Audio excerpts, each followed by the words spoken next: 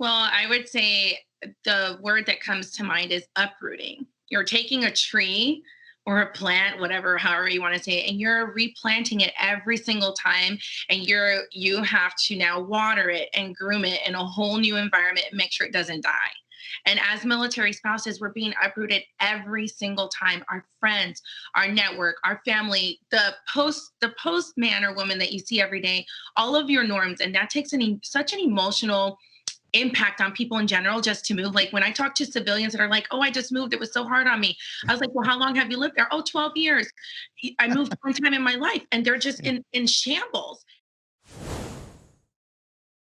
Hey, what's up? Jonathan Kleck here with another episode of the Greencastle podcast. Today, we are excited to have on Moni Jefferson and Flossie Hall from AMSE. That's the Association of Military Spouse Entrepreneurs. I'm telling you right now, this isn't just for military spouses. If you are just a working stiff out there and you're looking for some inspiration along with some awesome laughs about just how we struggled through the dance of being parents and managing life, and these gals have it. Not only are they successful businesswomen, and they were successful before they came together to start AMSE, but they struggled through the rigmarole of being military spouses. They've both been married to the military for coming up on 20 years.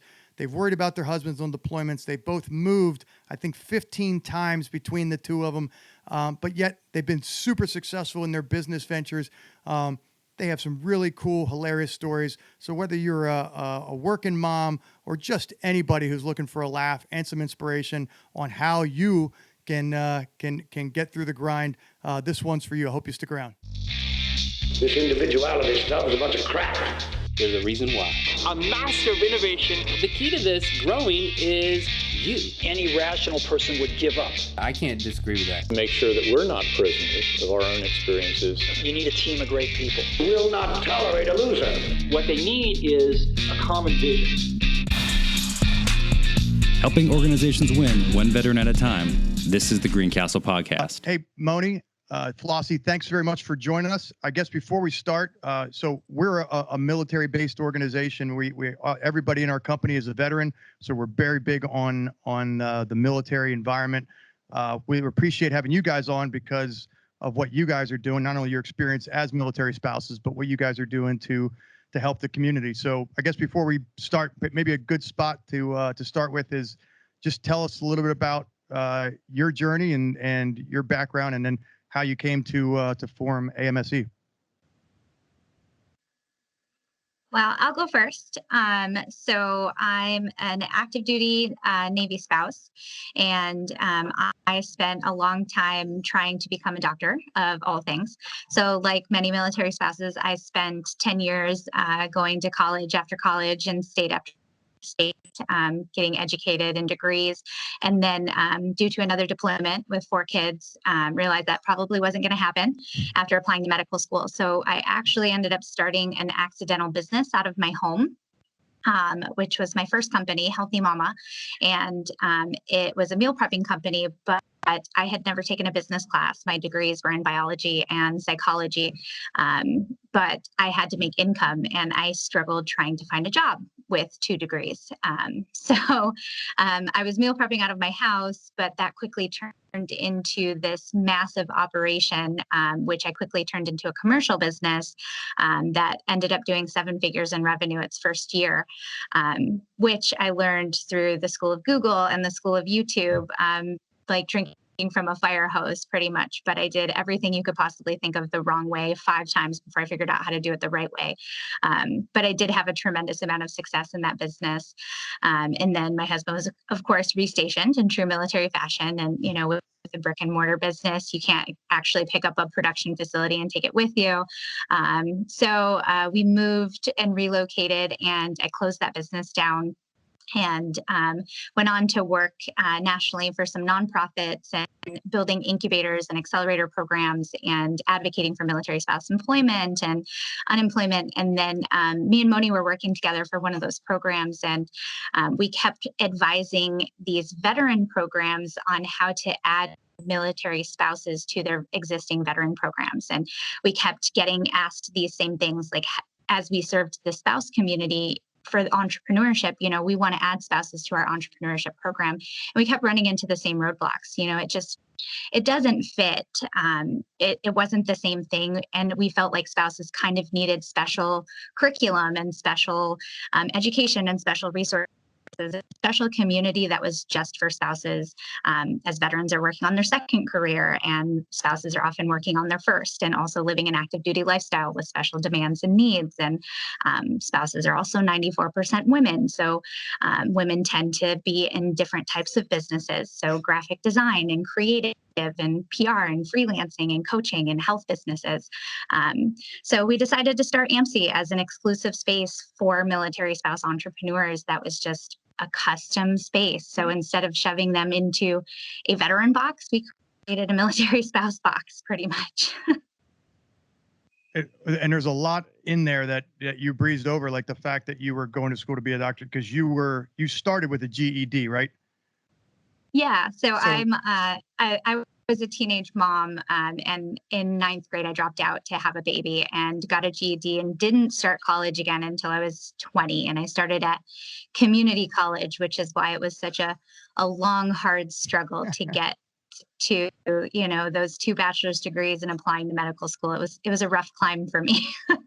And I want to come back to that because there's just the way you breeze over it. I love the humility, but there's such a story of grit and perseverance in there. And Moni, I've listened to some other podcasts and interviews with you as well, and I know how you got here. It's a pretty cool story. So if you could just walk us through the quick snapshot. Absolutely. So in a snapshot, I was a stay-at-home mom, had 3 kids. I actually come from a military background. I was a military kid, and my husband and I met when I was in high school, and he joined the Air Force when I was 19, and I became a military spouse. And life was completely different from being a kid to a military spouse. And so I stayed home for 11 years. I got a degree in PR and communications and traveled the world and started groups everywhere I went. But I did not work, as kind of one of the agreements that we had when we started having kids was, hey, who's going to stay home with the kids? We don't want 2 working parents. It's really hard. We both come from working class families, and we really wanted to change the cycle. One of us kind of stay home. And of course I was like, sure, I'll do it. You're in the Air Force. I wouldn't want you to get out. And I don't think I would survive a day in active duty life because I talk back too much. So I was like, you do that, I'll do this. And so we were in, and probably my husband's deployment for a year kind of sparked that entrepreneurial bug. And then I realized my youngest was going to be going to school. So then I wouldn't be staying home with any kids. And what was I going to do with myself? And so I started looking for work. I went on to the base. And of course, they teach you how to do your resume, create your resume and apply for a GS job. And quickly deflated once I started interviewing and never got a call back for a GS job or any feedback on my applications. And so I stumbled into entrepreneurship out of actually frustration.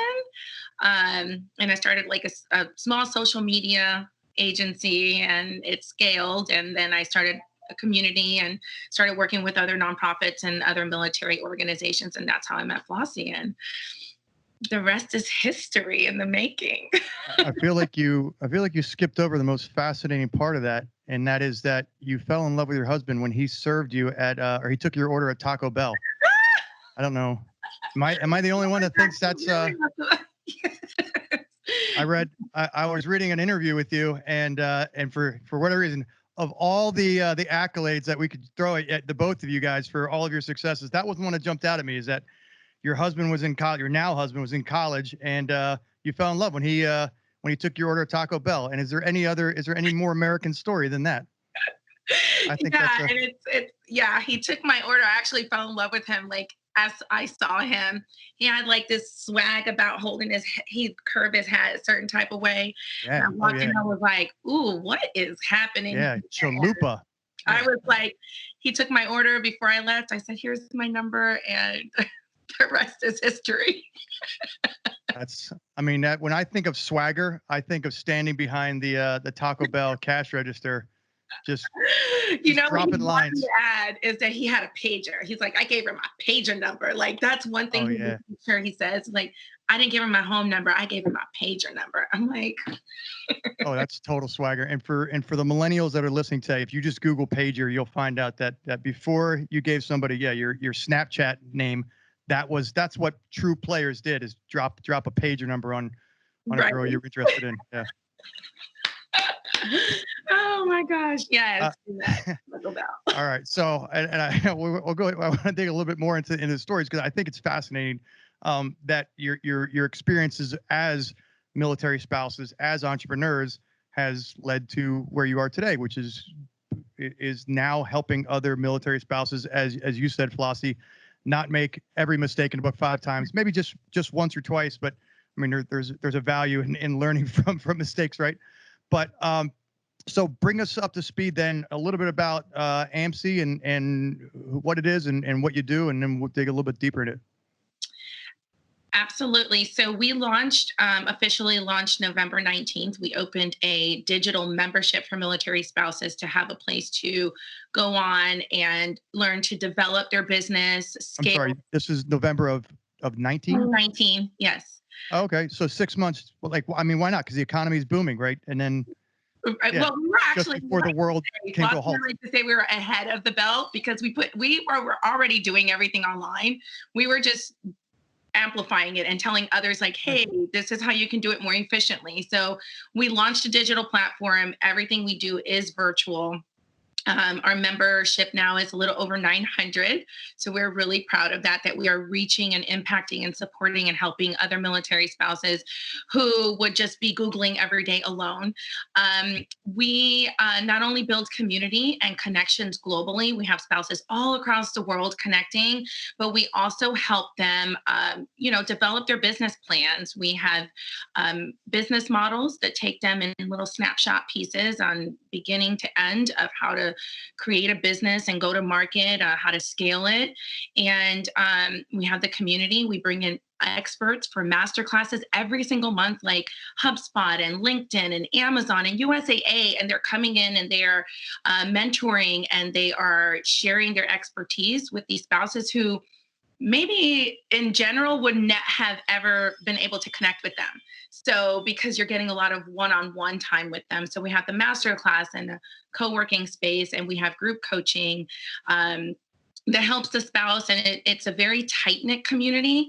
That's what makes us so different. There are hundreds of other memberships out there, but what makes ours different is that it's a peer-to-peer mentorship. It's a spouse-created organization for other military spouse entrepreneurs.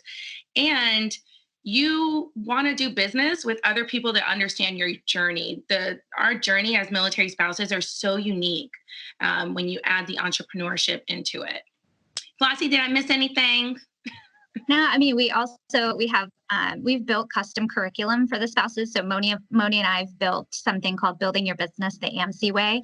It's 7 units and 65 modules. So basically what we wish we would have had when we started our business, but it's very customized to what spouses are doing. So these video modules. Is that accurate? Would that be like a soup to nuts guideline on, here's the steps that you want to follow when everything from forming the LLC and doing a DBA to hiring employees? Would that be accurate? From step 1, ideation, because we have a lot of spouses that come to us that just don't even know what to do. And they're like, I can't find a job, but maybe I could start a business. How do I even get started? So is my idea even valid? So it's literally starts at ideation. Like, what is your idea? Can you make this a viable business model?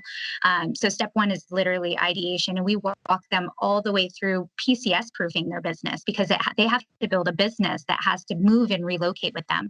So we're teaching them how to build remote-based businesses. So businesses they can grow and build from their laptops and operate all over the world. So we're teaching them how to build remote teams and operate using tools and communication. But the thing that we saw when we were working with other organizations is that we had to build this virtually and remote prior to COVID, because all of these programs, and a lot of them, they were having in-person workshops, which in-person connection is incredible. You can't get rid of that. But spouses are located all over the globe. They're not just in San Diego and San Antonio and Washington, D.C., where a lot of these events and programs were taking place. Spouses are in the middle of Kansas, and they're in Alaska, and they're in Guam, and they're in Germany, and they have kids at home. A lot of them do, and they don't have time to find a babysitter to drive an hour to go to a workshop. They would rather just log into their laptop when the kids are in bed or at school or on a lunch break and attend a workshop and get the homework and do it at their own pace because it's less stress. So we built this virtually, and we were preaching this to programs that they needed to take their programs virtually to be able to reach more spouses. So we did this, and spouses said, great, now I can get the things that I need made for me by people who understand me, with people who understand me, and I can get it anytime I want it because it's virtual. And now that the world has gone virtual, other programs are going, oh, wait, you guys figured that out. You guys kind of, like Moni said, you were ahead of the curve. You kind of understood that you can build a remote-based business. You can operate virtually. You can bring virtual resources to communities. It's really weird. There's something embedded in what you guys both talked about, and I want to dig a little deeper into it, because for folks that might be listening that aren't familiar with the military spouse community, they go, oh, they get a chance to see the world and move around with their husbands and get to see, make new friends. But one is the stress of that, just being a mom, new schools constantly, like especially Army's notorious for moving their people every 2 years, right? And but just in general in the military, I think one of you guys, I read somewhere that I think between you, there's 15 moves over because both of your husbands have been in 20 or approaching 20. Mm-hmm. Both of us. We're both at 18 years. Oh, yeah. Right on. We just hit 19. Yeah, there you go. We're so close in time. Not that anybody's counting. No, not at all. But just Flossie and what you just said, and even Moni and what you had said before, there's things that it's interesting listening from the outside. My wife is I'm still in the reserves, and my wife's been a military spouse for some time, obviously. But there's things that I think military spouses take for granted that the outside world is just like, holy cow, wait a minute, you do this? And it's something you mentioned there was, oh yeah, just like having a mobile business because you're constantly moving every 2 years. So when you firmly plant your feet in the ground, don't get too firmly planted because the military has something else in mind for you. You mentioned something else about there, but I wonder if you can talk a little bit about the struggles that are specific. And because what you guys are doing, you're helping female entrepreneurs, which is arguably an underserved community, but you've even taken a more narrow bite of that, and that's the military spouse. And I know there's male military spouse as well, but the military spouse community has such unique struggles. And for other folks that are listening, can you just walk us through like some of those unique struggles as a military spouse entrepreneur that other folks go, holy shit, I never realized like that. They are literally tackling things that are so complex in addition to being parents and being entrepreneurs. Well, I would say the word that comes to mind is uprooting. You're taking a tree or a plant, however you want to say it, and you're replanting it every single time. And you have to now water it and groom it in a whole new environment and make sure it doesn't die. And as military spouses, we're being uprooted every single time. Our friends, our network, our family, the postman or woman that you see every day, all of your norms. And that takes such an emotional impact on people in general just to move. Like when I talk to civilians that are like, oh, I just moved, it was so hard on me. I was like, well, how long have you lived there? Oh, 12 years. I moved one time in my life, and they're just in shambles. And I'm like, we move, some spouses move every 2 years. Pilot spouses move sometimes every year, general spouses move, sometimes every 6 to 8 months, depending on command. And it causes such an emotional stress and a toll. And on top of that, if you have an education or you have a passion and you have to pick up and move it, it really takes a toll on your confidence and your self-worth. And, watching your spouse get all these amazing accolades and know that he's doing it for your family. So there's no doubt that you support them. But at the same time, it's easy to lose yourself in that. and say like, well, what is my contribution? Yes, you're contributing, taking care of the home. You're making it a safe, loving environment every time you move. But there's also parts of you that don't have anything to do with that. You're smart, you have talents and skill sets that you need to showcase to the world. And one way you can do that is by being an entrepreneur and taking the things that you love to do, setting your own prices, working with who you want, when you want to, at your own time. It just gives you a control that builds self-confidence. It helps the ecosystem. It helps the military member be happy at work because he knows his spouse is happy and the kids are happy. It helps our kids generationally watch us grow businesses and work all over. Like it's bigger than just having your own business, right? It's the entire spouse emotionally and spiritually. So I always like to compare it to a tree or a plant because it gets hurt. When you move a plant from one place to the other, it's a shock, right? You're like, you have to take care of it again and start over. It sounds, and this is interesting. I didn't know this about. I thought the AMSE or AMSE was. And for those, I don't think we said it. It's the Association of Military Spouse Entrepreneurs. So when we people are probably listening to this point, what the hell is AMSE? Sorry, that's my fault. Bad host.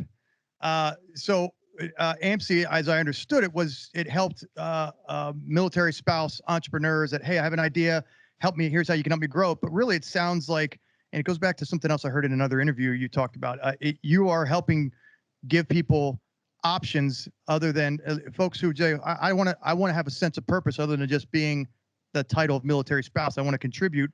Hey, have you thought about entrepreneurship? And I think there's an interesting thing I saw in another interview or read. I think Flossie, one of you guys, that you said you had gone into the like the base wellness center or the family support center. Or was that and Moni, that was you, right? And you gone in, you said, hey, I want to start a business, and you can kind of tell us that story, and maybe that's I think it adds some context here. Yeah, so this is the whole reason I even started trying to connect with spouses in general. I walked onto a base, the Fleet and Family Center. I don't know whatever branch of service you are. It's the place where you go and you get resources. And when I walked on the base, I said, hey, look, I'm looking to start a business, or I want to start working. What are the resources you have? And they signed me up to write my resume, how to go to an interview, and immediately sign up to learn how to have a GS job, because a GS job is where it's at and you'll be guaranteed a spot. But that's the government service jobs that are plentiful on base, and a lot of military spouses just take because that's what's available. Is that right? Yes. But there's like a certain unique way of applying and words that have to be included and all these things that you have to learn when you apply. And I was deflated. I was like, wow, there's nothing up here for me. This is my only option. I don't know what I'm going to do. And so that's when I hit the pavement and started trying to find another job. And that led me to entrepreneurship. So yeah, there are no resources on the bases. And if they are, they're not plentiful and they're not given voluntarily. You have to like really ask for them. And military spouses should have the option. They should say, great, you're looking for something. Here's a career track. Here's an entrepreneurship track. Choose. Or look at both of them and see what works for you. Can you talk, Flossie, again, your story about just having no business experience, and I think I read it somewhere else that you had no formal cooking training, but yet within a year you had a $1 million business that was focused on meal prep. And I think there's and I've heard you interviewed elsewhere, and I appreciate humility that even a broken clock's right twice a day. And so some people get lucky, but it really, humility and modesty aside, it was a product of grit and tenacity and what being married to a military spouse, what I think that it's an interesting point to talk about is what uniquely positions military spouses for success in entrepreneurship. And I think your story is probably a little indicative of that. If you can get so for folks who are listening out, they go, all right, what 15% of businesses fail in the first, 6 months, another whatever, or 85% fail in the first 2 months or 6 months, whatever it is. But yet military spouse entrepreneurs bring something different. And I wonder if you can kind of talk about that using your own story. Yeah, I didn't know how to cook when me and my husband got married, which is funny, and it's a hilarious. He never lets me forget it, and never let me forget it while I had my company the entire time. So most people don't know that because I'm known for my cooking, but I'm a learner and I'm a fast learner and I'm not afraid to fail, and that is one of my biggest assets. Is that I'll go out and I'll learn anything, and you can't be afraid to learn things. And as a military spouse, you are forced to learn and research the hell out of things. So like Moni said, we're displaced every 2 years and you're plugged into these communities. So you're like, okay, what are the best school districts? What are the best neighborhoods to live in? What's the best veterinarian? How do I find a hairdresser? Now I need to find a dentist. Now I need to find this. Like you literally have to research and Google everything, and you have to learn through trial and error.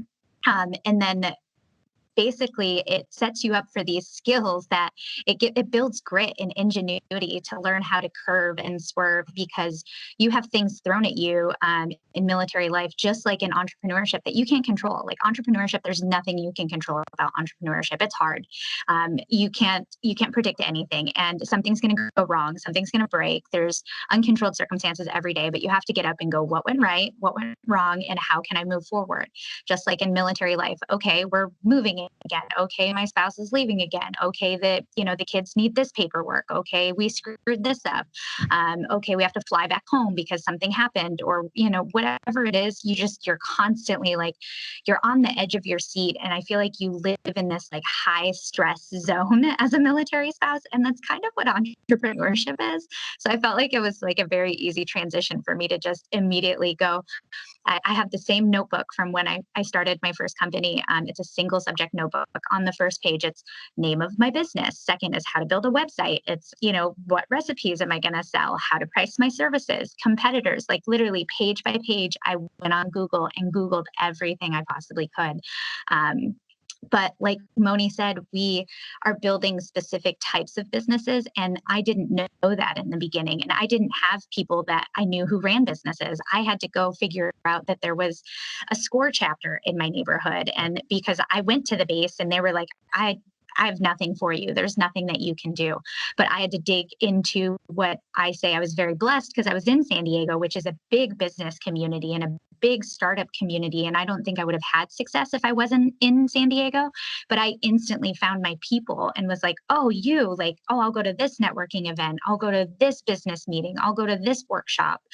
But I had to Google and find those things. And I found my people, which I still miss because I'm not in San Diego. And then I had to move. And then I had to find my people in Ventura County, which is, a little further outside of LA. But as a military spouse, you have to build these businesses and you have to connect and you have to dig, because you don't just know the resources. You don't know what's in your backyard. You don't know what's outside the base gates until you ask and find and connect. But your first stop is that resource center. And if you don't even know entrepreneurship is an option to begin with, which I didn't, I just accidentally got paid one week for something I was already doing and was like, oh, okay, I'll post this on Facebook. And then when I did, everybody was like, oh, I'll pay you for that too. And I was like, okay, well, this is great. I'm just smart enough to take an opportunity when it's presented to me. But many spouses don't even know that.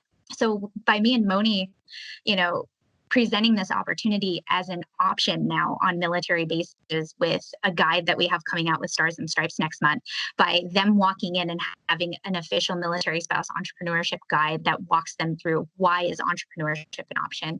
Because you do get beaten down by no's when you send out 1,000 resumes and you don't even get a call back. When you do go for 2 interviews and they tell you they don't want to invest time in you, and then you're sitting at home and you're depressed and you're resentful and you're just miserable sometimes as a spouse, and then you want to get your service member out of the military, and that's not good for our retention as a force. But instead, if a spouse walked into a career center and said, well, hey, what skills do you have and how can we make you some income working from home? Can you do social media management? Can you bake cupcakes from home? Can you do meal prepping from home? Can you build websites? Can you do proofreading from home? Like there's a million things a spouse can do during school hours during deployments and from their kitchen table. And we're just saying, if you bring it up as an option and then give them the skills of step 1 and then step 2, and then maybe they can actually build it into a successful business and then a scalable business. That's what we're doing.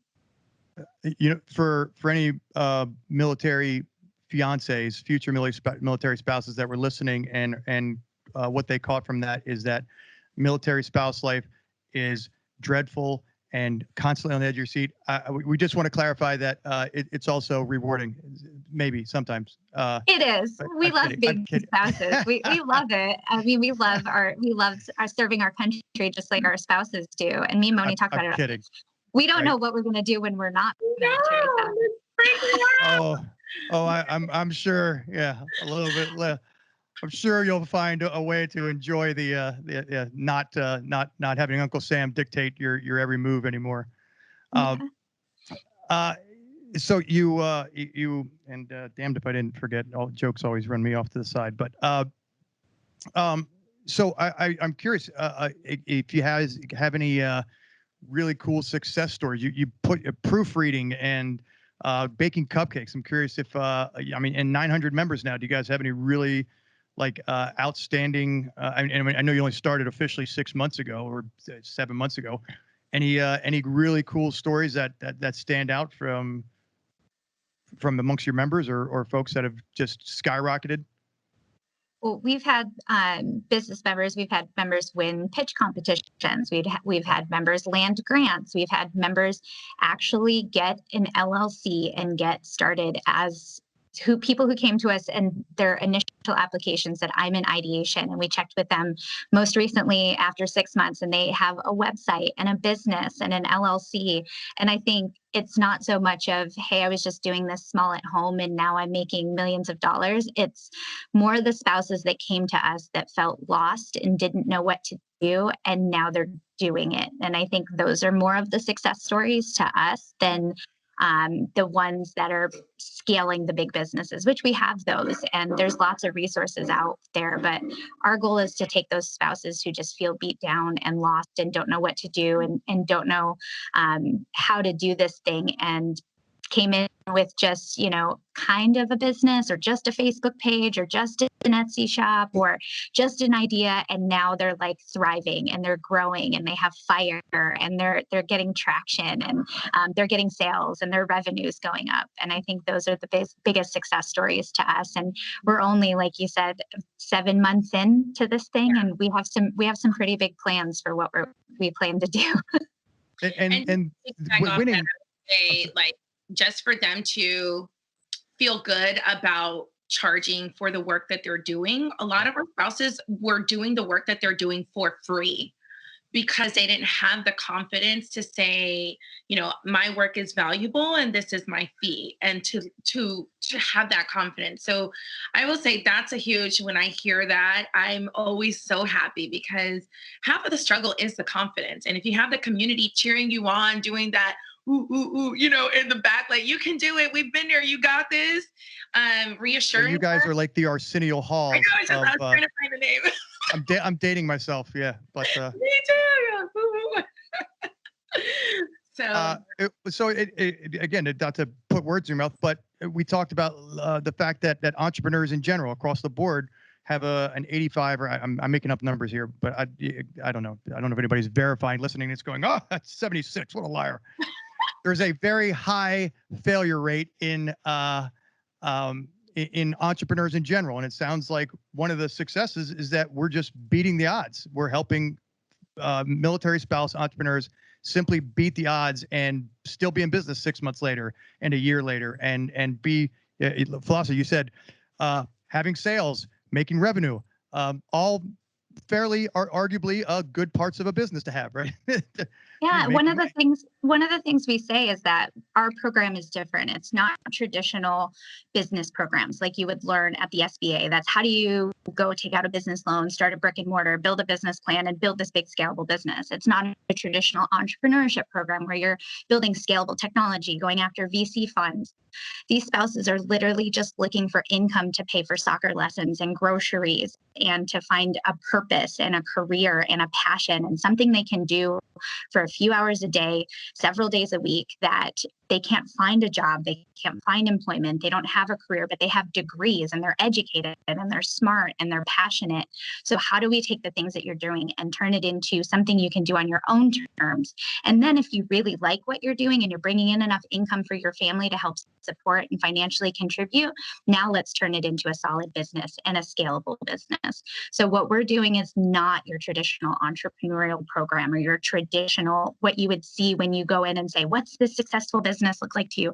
Our successful business is one of the first things we ask them is, what does success look like to you? Is it literally just making $500 a month to close that gap of like making ends meet? Is it just feeling rewarded to have work that you love? Or is it building a 7-figure company because you're a world dominator like me? Like, what does success mean to you? Now let's help you figure that out. It's just not your traditional program. We're doing something totally different here. And you guys don't, and it's not just people at the ideation stage or the incubators, but it's successful businesses who maybe have gotten to the $100,000, revenue point, but just they need help getting in that coaching and just to get into that 7-figure. Is that 20% of our businesses are above 100,000 in revenue, and over 5% of them are in the 7 figures. So we do have very successful businesses and entrepreneurs scaling huge businesses. And when we have the Military Spouse Entrepreneur Guide coming out next month, the Stars and Stripes, we have, I think, 12 or 13 feature stories of spouses who have very successful, scalable businesses in different industries that have done incredible things with impact and purpose. So I highly encourage you to read it and look at it and see what these spouses are doing. Some have done it, with remote teams or a product or a service or a technology or a brick and mortar chain, or however they're doing it, they've done it, but they've started at step one, just like everybody else. Moni, I wonder, Flossie just said in one of the early responses just a second ago, we have big things on the horizon. Before we close out, can you give us, obviously, I want to give you guys a chance to plug what's coming out in Stars and Stripes and where they can find it, and plug AMSE, but give us just a sneak peek of what's coming on the horizon. Well, we have our chapters launching, which we were already kind of starting before COVID happened. The spouses are asking and they're meeting anyway. So we decided to listen to what their needs were. And we're adding that into the AMSE membership. So we have that. Our second season of the podcast is coming out. Of course, the Stars and Stripes, but also be in tune, or make sure you stay tuned for 2021 Stars and Stripes and some more. I don't know. Am I missing? I feel like we have so many things, Flossie. Did I miss something else? This is a fast moving train over here, if you haven't noticed. So now I think those are the most important things right now. Our chapters are launching in August. So we have 10 community chapters because our spouses are connecting online and then they're going offline and working in their businesses together. So, which is incredible. And that's it. Lots of great things coming. That's fantastic. All right, real quick, where can folks find you on the interweb? Absolutely. It's amse.co. And you'll find all the information about our organization, our membership. We have 2 different memberships, freemium and premium. They both come with amazing benefits. And you can find out about the chapters there, the podcast, and all things AMSE. Awesome. And I guess just something that occurred to me. Is this just for spouses whose significant other is still serving, or is it veterans as well? If you're a veteran, if you're the wife or the husband of a formerly serving, is that all is that spouses? qualified? All spouses at any time, serving active duty spouses, veteran spouses. If you're a spouse for 5 minutes, you're a spouse. And we do, like you said earlier, we do have male spouses. I think 30% of our spouses are male spouses. So you say 3 or 30? 3. Oh. You were like, wait, what?